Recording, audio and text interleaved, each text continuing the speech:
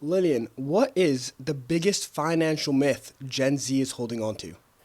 The biggest myth that a lot of Gen Z is holding on to is prioritizing short term gains over looking at the long term future. And what I mean by this is that a lot of us in our age group or peer group are often looking at what can I achieve tomorrow or how can my investment gains look on the green side in the next week. But we don't often plan for our long term future or what we want our life to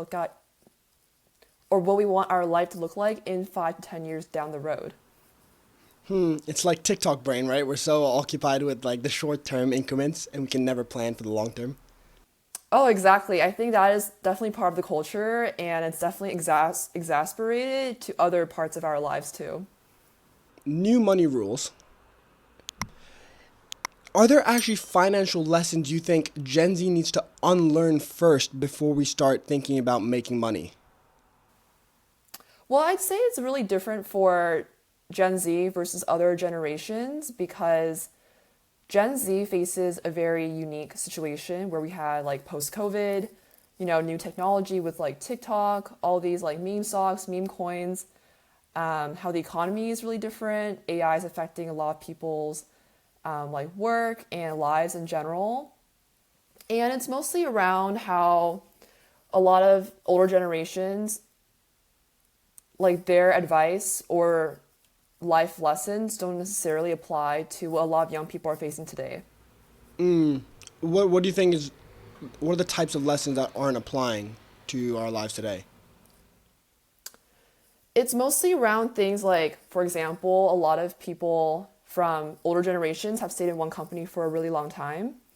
And that is one thing where I think a lot of like Gen Z peers don't necessarily, believe in holding one job or one career for their entire, like career lifetime.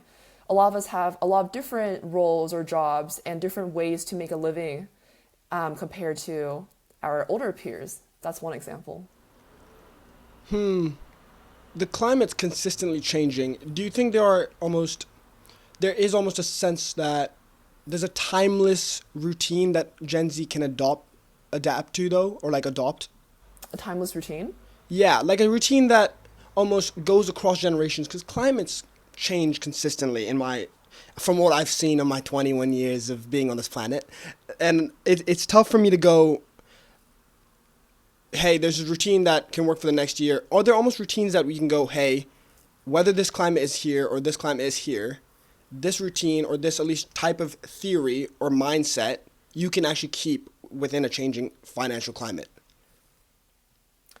Yeah, so I sort of implied this earlier, but I think a lot of us not us, but like the broader peer category, we don't often think about like planning for the future. I think a lot of people fall into like impulsive mindset or a YOLO mindset where you don't really think about the long term future. But I think it's around just like being aware of being aware of what your situation is, controlling the factors that you can control, and making a plan for the future, understanding like what you want versus what perhaps like social media wants you to do or what you feel like other people want you to do. That's the common theme.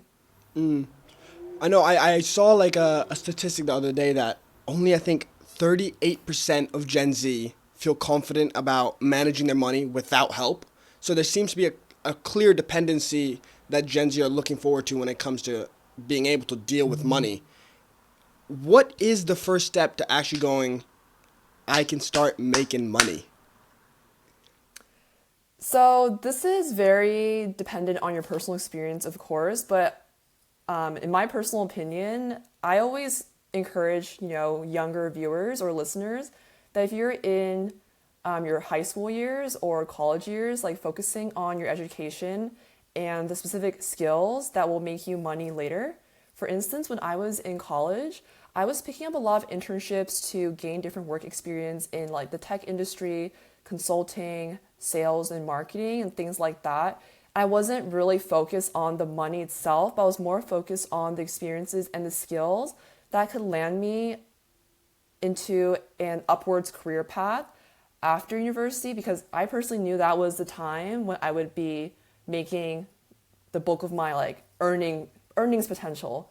In college, I wasn't really thinking about the exact dollar amount I was making, more of the skills and the preparation. That is interesting. I've always said that I learn best under practical application, and it Hmm. always it caught my eye when you said the best thing you can do in college is actually start learning skills through internships, work opportunities. Is that the Correct. best way to actually grow analytical skills?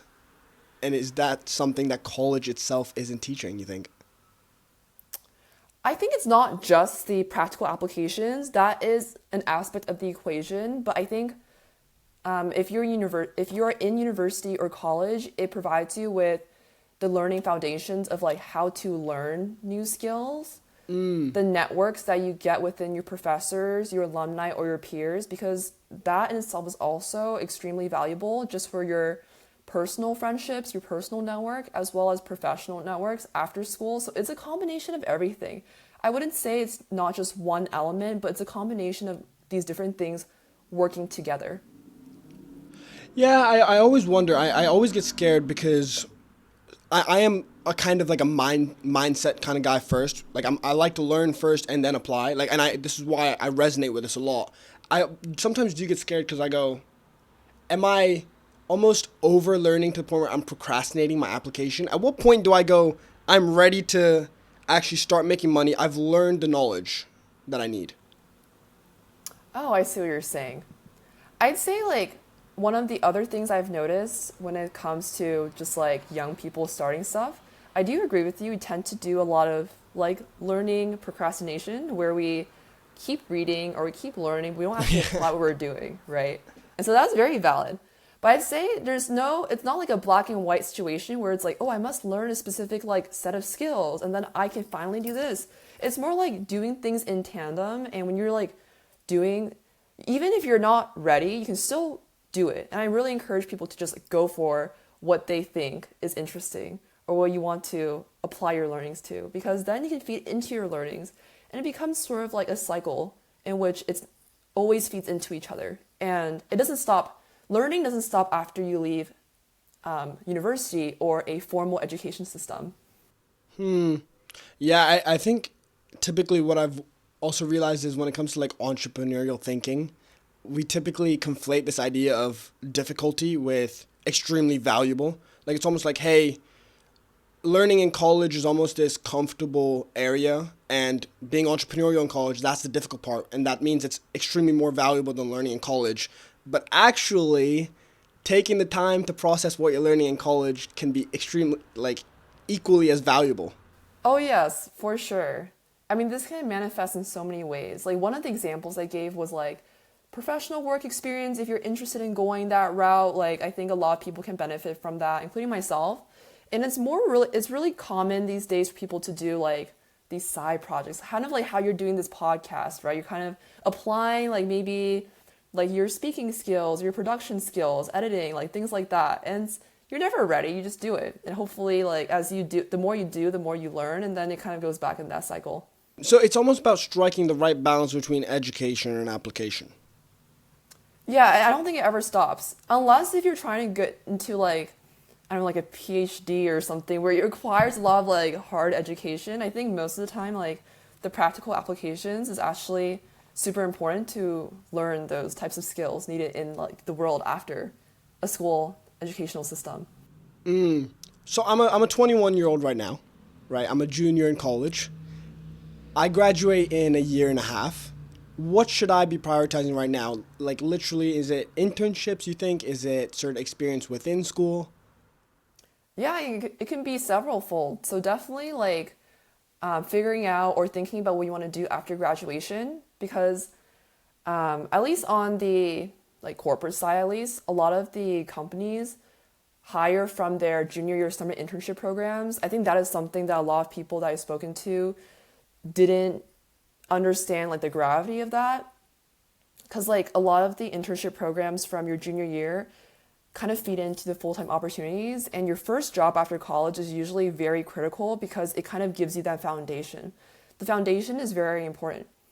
That stuff aside, I'd say like in college, I also went to college when it was like during COVID, and so some of my college years were kind of like cut short in a way, experience wise. But I'd say like definitely take all the time and experiences that you can get while you're in college when you're still there, because certain experiences like organizations and just like bumping into people during like your class days is hard to come by after you graduate and then all your friends move to different cities. Oh my God, it is like such a bubble environment. Like you don't actually realize how comfortable we have it. Cause I like growing up in the city, like not growing up, but going to school in the city. I would say I had a different college experience than like a lot of Hmm. my mates who go to a very on-campus, secluded area, and the comfortability you get with like you get it nowhere in life where you literally are surrounded by peers your age with your interests for 4 years almost in this one bubble. I mean, you gotta take advantage of it, surely. Exactly. I feel like don't take it for granted is what I would is my advice to you. Yeah, I do wonder as well in this time of learning and application. I know there's always classic. I saw the Diary of a CEO episode with Mr. Wonderful Kevin O'Leary, and he was saying like he was giving this advice about financial freedom like, "Hey, if you're 20, the best thing you can do is just cut out these like minuscule, these smaller financial activities you're doing. Hey, stop going for a coffee run in the morning. Stop eating out breakfast every day. Like, are there still financial habits that we can alter while we're in college that can at least prepare us for the long term game? Yeah, so, the advice about cutting down your coffees or your breakfast, I'd say that is pretty valid if you're young and you don't have much income, but it's not like a sustainable way to, like, grow your savings or your wealth later on. It is more of like cutting your expenses is something that is very limited. You only cut down so much, but in terms of like your earning potential, it's less capped, right? And so I would say mostly like the big ticket items that you should consider are things like if you're, well, this could be different parts of your college journey. So for example, like understanding how your student loans work. Is your education that you're getting and taking out a loan going to pay back the amount of money you took out for a loan? Those are like big decisions right there that will affect you after you leave college. Things like negotiating your first salary. I'd say from anecdotal experience, it is very difficult to negotiate your first job salary out of school, but that is one of those like big decisions that can affect your earning trajectory years down the line. Like in terms of like apartments and stuff, like your first apartment, what does the rent look like? Like what are your biggest expenses, like a car, transportation? Those are the more big ticket decisions that we should also pay attention to. But also, cutting expenses is a good thing, but it's not the only thing. That is actually quite good because I know we've just spent a good amount of time just talking about education, but it's a good way of thinking about it. It's not like for example, just started thinking about some taxes, and I'm like, college has never sat me down and taught me about taxes. But me taking the time to understand that is probably the best financial decision I can make. Oh, yes. It's very important to learn about how the tax system works where you're working. I mean, some schools offer, personal finance classes, but I don't think a majority of students get the opportunity to, sit down in a classroom to learn about it. And a lot of times, if someone doesn't tell you what you need to know, we often don't know what we're supposed to seek out or like know. You know what I'm saying? Yeah, and you even brought up like negotiating your salary might be tough. And tell me if I'm completely wrong. I'm an open book here, but it's almost like learning to understand accounting and also learning, for example, the art of negotiation or communication is also a financial decision. Oh, negotiation is absolutely a financial decision because no matter negotiation might seem like a business skill, but it's actually a life skill. Not just in, your salary negotiation, but let's say if your friend wanted to host a party somewhere, but you don't agree with something, but you need to negotiate a compromise, like that in itself is a life skill. So it spills over to all parts of your life, not just business. Yeah, oh my God, I'm having like a catch me moment in my head right now because it's almost like I've been so worried that, like, I've had a job before, but I get so worried that, hey, am I really understanding money if I'm not making it right now? But the way you're saying it, it's almost like if I were to start teaching myself about the skills that can eventually make money, that is still a Yes. financial habit. Oh, exactly. Like skills that will help increase your earning potential in the future. That's what that's why a lot of us are in school. So hopefully we learn, something that can be applied later, even though you don't see the returns right now. Oh my God, I just realized I was buying into the short term myth that you're talking about. This is unreal. I I've just challenge been your caught up. thinking right there, did I I? know, within like 10 minutes, you've already got me, Lillian. I don't think this ever happened on my podcast. I thought, like, I come in with a massive ego. I don't think this has ever happened. Oh, I'm glad I flipped the switch for you. Talk to me about compounding. Compounding. So, compounding is a very common financial concept, but it's also applied to life, and I'll explain a little bit. Essentially, the idea that is most talked about in like math classes or econ classes is the idea of compound interest. That, especially for the stock market or other investments, um, your investment will grow on like an exponential curve over a period of time. The growth is very slow when you start, but after some number of years, it will kind of go up in like a high U-shaped curve, Exponential way, yeah, yeah, yeah. exponential curve. And I also emphasize this in a lot of my content that I talk about in terms of like your actions. Like every day you put in effort, you may not see something, or you might not see the effort that you want or the result that you want tomorrow, but you'd be surprised like how much progress you make in 1 year or 2 years or 5 years. And I talk about this a lot, like in my content, just around like building a personal brand. Like when I was first starting out, I didn't really see much traction. And if I zoom out, looking back, it's like, wow, like a lot of the like successes that have come from this career didn't show up until like 2 years after I started. And if I had given up after 30 days, I would have never seen what the potential of that could be. I uh, I wrote a blog once about like the curve of the exponential curve of results, but I also talked about the fact that there's this another curve which is almost like the what's like the inverse of that of what it's to do with progress. So it's almost like in the first 30 days you make so much progress, but because your results aren't there, it's almost like you just believe both of them are at zero. But at one point, both these curves, one's curve's going hella up, and the progress which you've made so much, they can meet at one point, and that's when like the real beauty happens when the results start actually going up, and then your progress meets it as well. Because a lot of times we make more progress than the results give credit for.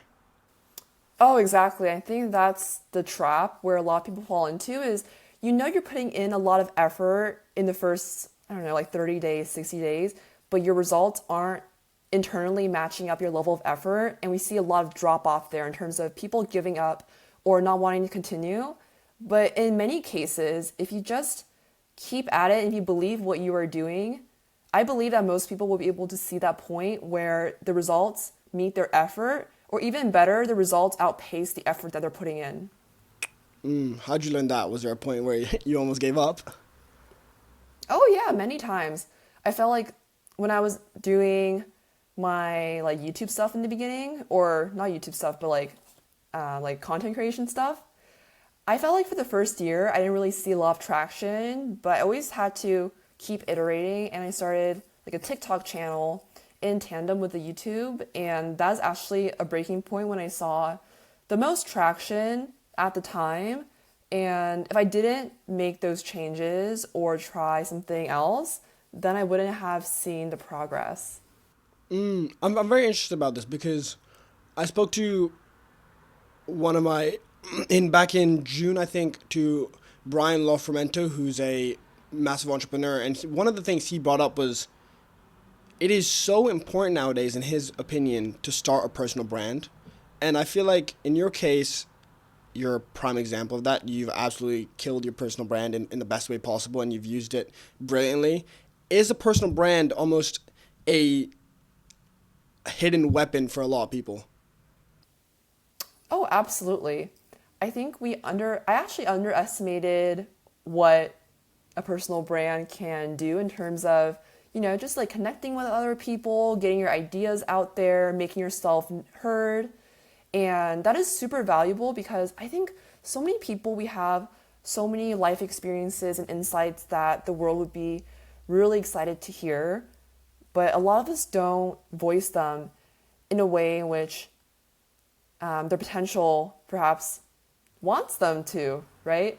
And I feel like for me personally, I just met so many people from putting myself out there that I wouldn't have been able to meet prior, like so many friends I've made, so many opportunities where someone is like, oh, I've seen your work and I want to work with you, versus the other opposite way when in which you are seeking opportunities.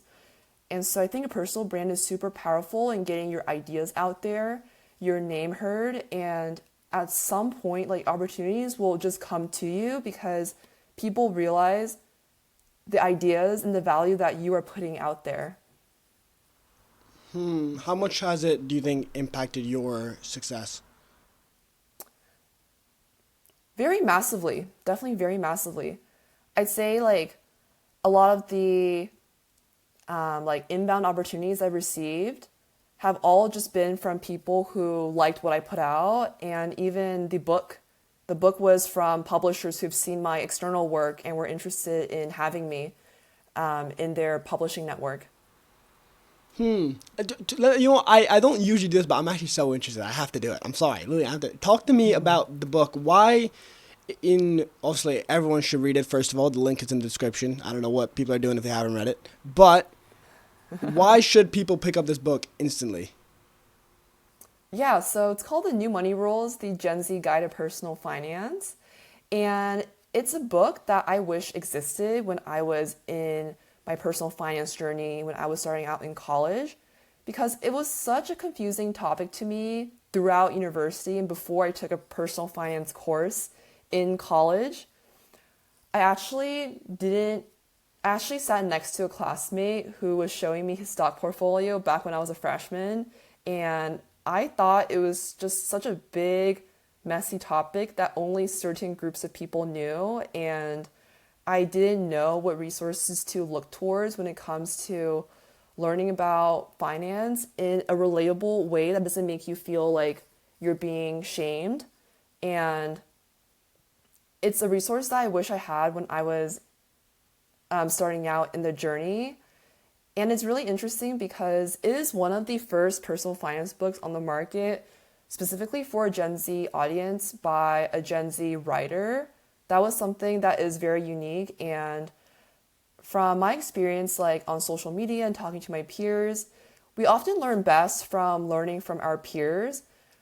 It's actually harder for a lot of us to relate to people who've been in the industry for like 30 and 40 years. They come out with a book, right? It's like, oh, I don't really relate to you, and the stuff you talk about is in theory applicable, but maybe not something that feels like they can apply to their own lives.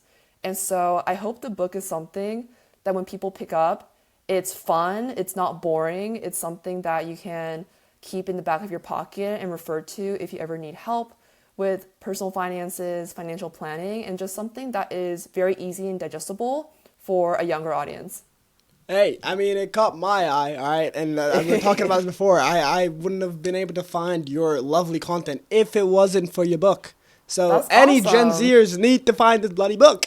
That's so kind of nice of you. No, I do think there's almost this level that I think you're spot on. I think it's very tough to be able to take, in the nicest way possible, take financial advice from someone that you don't specifically resonate to, which is almost why I started the podcast. But with someone like your experience being a Gen Zer, you're given advice in it's almost like a life that we're living as well, which helps.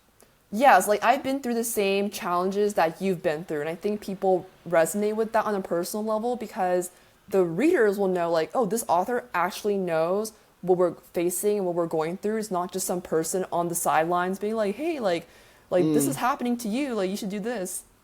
What do you think are the characteristics that make up and define the Gen Z challenges? So we did talk about this earlier in the pod, but essentially a lot of the things do come down to impulsive or short-term thinking. For example, with social media, it is very easy to purchase things on an impulsive level. It is very easy to fall into like get rich quick schemes, financial scams. People don't know what information is trustworthy, and so it's a lot of like misconstrued information.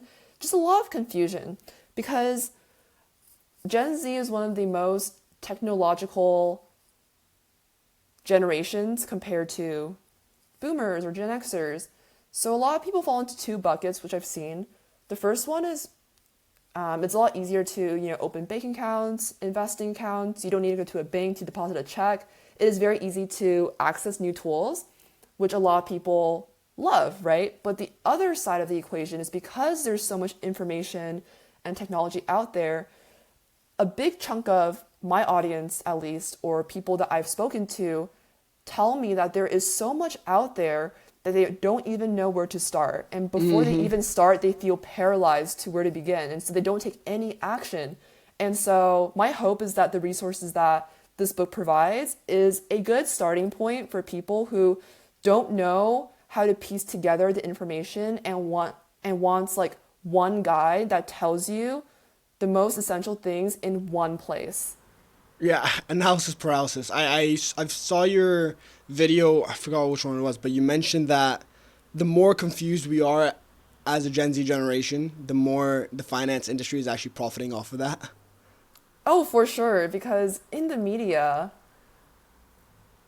often profits from the lack of knowledge or analysis paralysis, like you mentioned. You mentioned something very specific there, and I'd like to get into it. Investing. I know a lot of my mates are trying to get into it. Is there a right way of doing it? Is there a complete wrong way of doing it? What should we be doing? Well, the first step in this is to educate yourself because it is very easy to go in blind and try to piece things together. I'd say the other distinction that is really crucial to understand is the difference between luck and logic. And so what I mean by this is luck is often the short-term gains. Like for example, investing something based on or putting money something based on hype and FOMO versus the logic in terms of like the educational aspect of what does investing actually mean.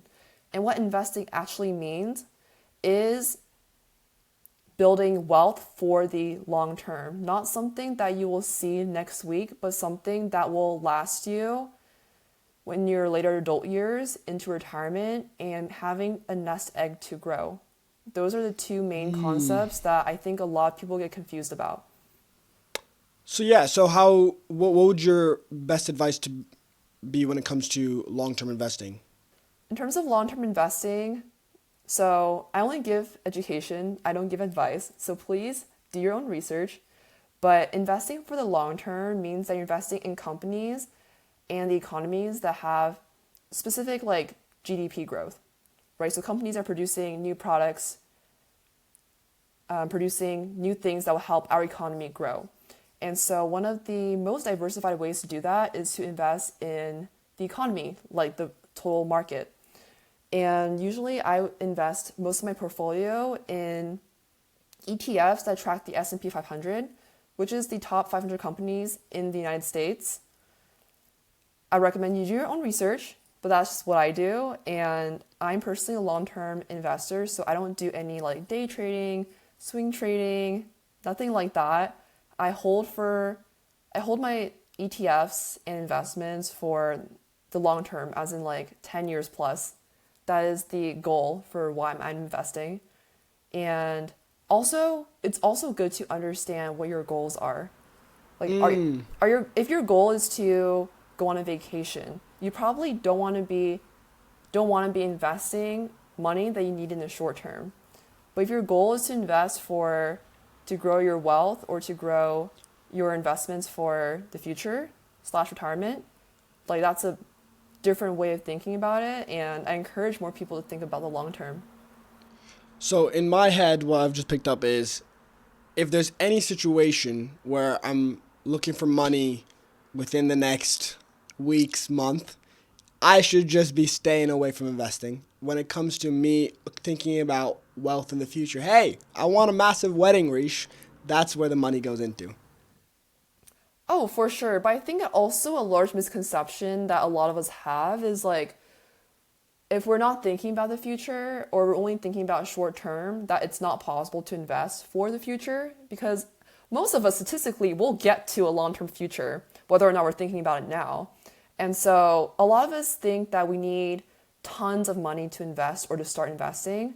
But technology makes it super easy these days to invest in single shares, in fractional shares. You don't need like $1,000 to start investing. You can do it with as little as a couple of dollars and get yourself into the market to learn the habits and to get started early. Because when you're young, the most important asset that you actually have is your time, not the actual money. And so money compounds more exponentially when you're young. And so that is something or a space that a lot of young people get stuck on is not starting early enough. So let's say I have $100 after buying your book. I have $100. Do you think option A is, hey, there's this course on top of Lillian's amazing book that I can even teach more about investing, or I go into investing. Am I ready to invest, or do I continue to educate myself? There's always a good balance I think you need to put aside, right? In terms of investing in yourself, that could mean several things. It could mean like actually investing the money into the market or reinvesting the money into yourself. For example, like courses or your tuition or things that will help you learn more. So it really depends on where you are at right now and seeing what those extra funds can help you with. I'd say like personally, if I were in that situation, I'll probably put a little bit in the markets just to understand how that works and build a habit of like consistency because I think that's such an important skill.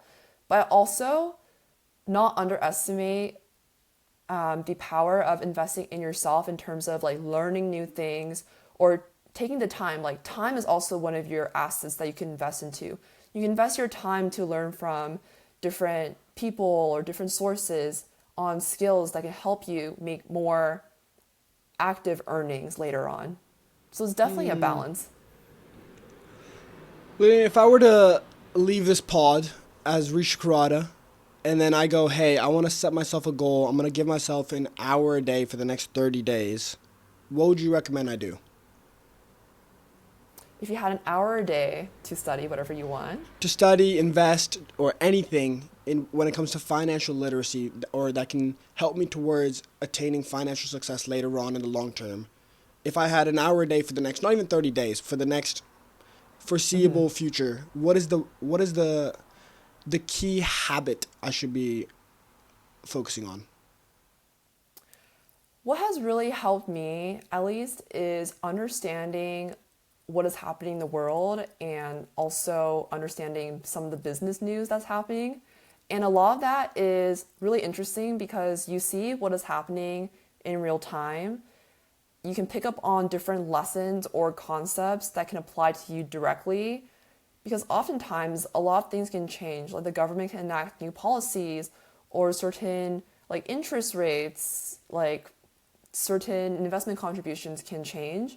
And for me, a lot of times when I read these articles, I might not know something that I read, but when I look it up and, find different other articles or reading materials around that topic, I actually like learn a lot from different sources and keeping up with like the world events and what's happening around you is actually a very effective way to learn more about like business, finance, like how that applies in your real life because you can learn the hard skills and I think a lot of us are doing that. I know you are doing that, but I think we also need to learn like how external factors can also affect what you're learning on a day-to-day basis. And so that's definitely something I would recommend looking into. No, that's really good because as at least someone who's been in the podcasting thing for a year now, the number one thing you always hear is, hey, there's some things you can't control. Don't focus on it. Only focus on what you can control. But there is almost an advantage about understanding the external factors that even though you can't control them, you can still play the cards to your advantage.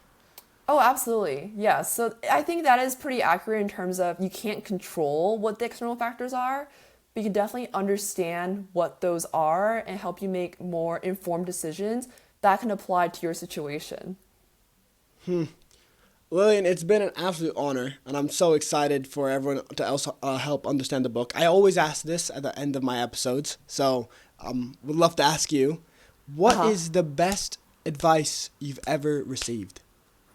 I'd say my best piece of advice that I've heard and that I use all the time is don't compare your step one to someone's step 100.